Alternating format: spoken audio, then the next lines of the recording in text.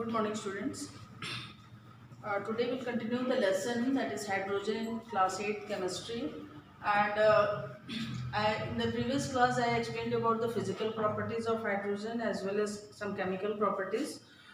Today we'll deal with the reaction of water with metallic hydroxide. It is also a chemical property of water. How does it react with metallic hydroxides like potassium, sodium, calcium, magnesium, zinc, iron? These are the metals, and how the hydroxides of these metals react with the water. So these metals, they are highly reactive metals, and these metals also react with the water to form the hydroxide, and these hydroxides are called the bases, like potassium hydroxide, sodium hydroxide, calcium hydroxide, magnesium hydroxide, zinc hydroxide, and iron hydroxide. So what is actually the bases? Bases are the chemical substance which combines with acid to form salt and water. Means when acid combines with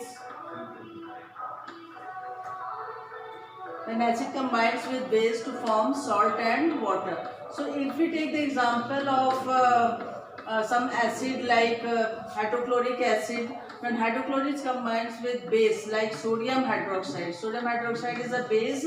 So when hydrochloric acid combined with base, it forms salt and water, that is NaCl is formed, that which is sodium chloride, and water, that is H2O. So these are the bases which are formed, or we can say bases are the chemical substance which dissolves with acid to form salt and water, and this reaction is also called neutralization reaction. Now there are some bases which are strong, or there are some bases which are weak bases also. In the same way, bases, when they are dissolved in water, they form alkalis.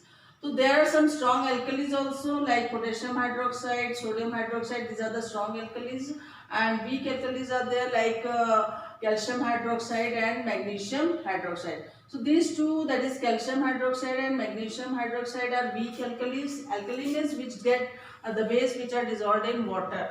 So not all base dissolved in water. Some bases which dissolves in water, they are called alkalis. So the strong alkalis which are formed when the bases dissolve in water, they are called potassium hydroxide and sodium hydroxide. And there are some bases also which get dissolved in water, but they form weak alkali. So like calcium hydroxide and magnesium hydroxide. So these zinc hydroxide as well as iron hydroxide, these are the bases. And these zinc hydroxide and iron hydroxide, they do not dissolve in water. So they are not alkali. They are bases, but they are not alkali. Which are not alkali? Like zinc hydroxide and iron hydroxide. Now, how the strong alkalis or strong bases are formed? Like potassium oxide. Potassium is a reactive metal.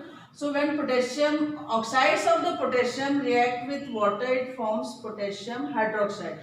And this potassium hydroxide is a strong alkali. Like calcium oxide, calcium is a weak metal. So when calcium oxide of calcium combined with water, it forms weak alkali, that is calcium hydroxide, CaOH2.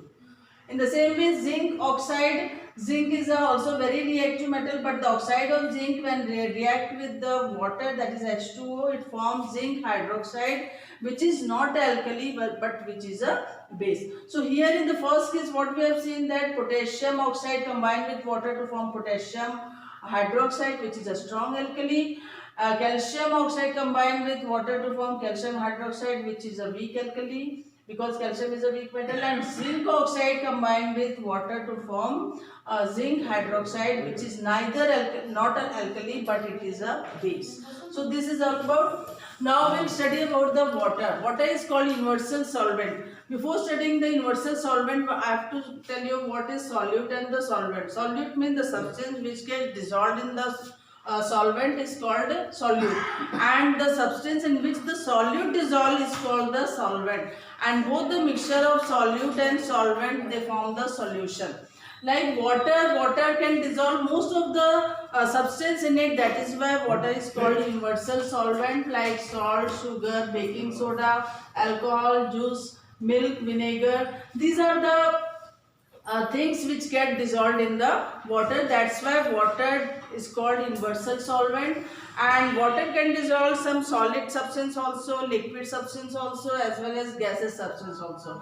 So solid substance, what are they? Like salt. Salt is the solid, sugar, baking soda, alcohol.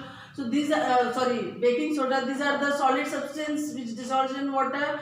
Liquid like alcohol, juice, milk, vinegar. These are the vinegar is acetic acid. So these are the liquid substance which get dissolved in water.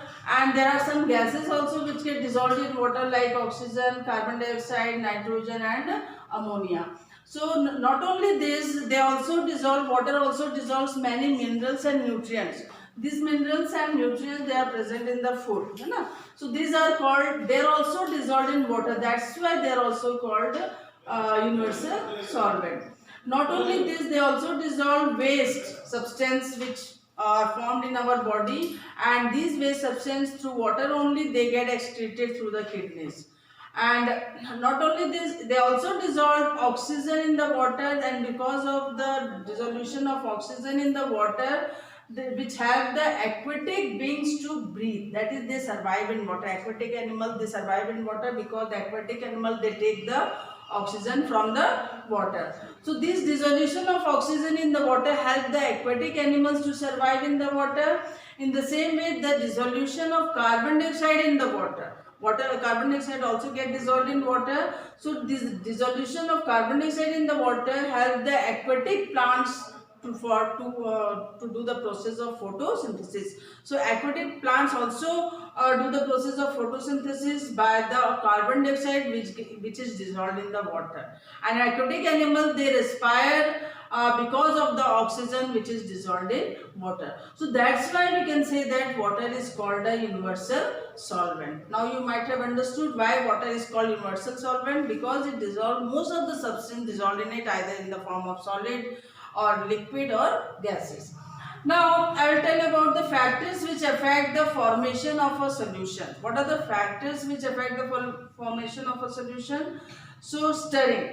So when we put that solute in the solvent and try to dissolve, then if we stir the solute many times, then the dissolution rate become faster.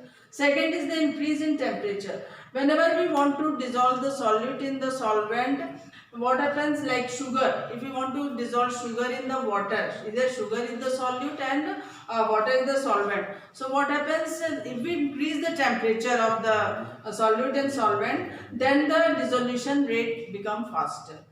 And third is the particle size. If the size of the particle is of the solute is less, means small, then what happens, it dissolves faster. And if the particle of the solute is big, the dissolution rate becomes slower. So this way, these are the three factors which affect the formation of a solution. Solution is only formed when solute get dissolved in solvent. So dissolution of solute and solvent form solution. And the factors which affect this is stirring. Stirring increases the rate of the dissolution of the solute in solvent, and as well as increase in temperature, means as we increase the temperature of the solute and solvent, the increase dissolution rate become faster. As well as the particle size. Particle size means if the size of the particle is small, the dissolution rate is faster, and if the particle size is big, the dissolution rate is smaller. So that's all for today. Thank you.